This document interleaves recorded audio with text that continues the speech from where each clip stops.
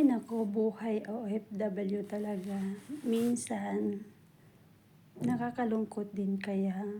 Oo, kung siguro kung wala lang akong love life, aywan ko na lang kasi hindi ko na maintindihan ng sarili ko. Na, as in, nakaka-boring. Yung nakaka-boring na wala kang kausap, 'di ba? Buti lang, thanks God kasi may love life ako ngayon. So, nakakalimutan din talaga yung lungkot mo, 'di ba? Siyempre kapag na-homesick ka, ang dami mong nami-miss, lalo-lalo na sa Pilipinas. Kaso lang, naalis yung kapag may kausap ka, pamilya mo, kapatid mo, jowa mo, 'di ba? So, sa ngayon, masaya ako. As in, masayang-masaya kasi dumating na siya.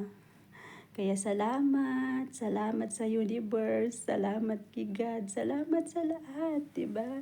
So, thanks din sa self ko, at thanks din sa nagmamahal sa akin.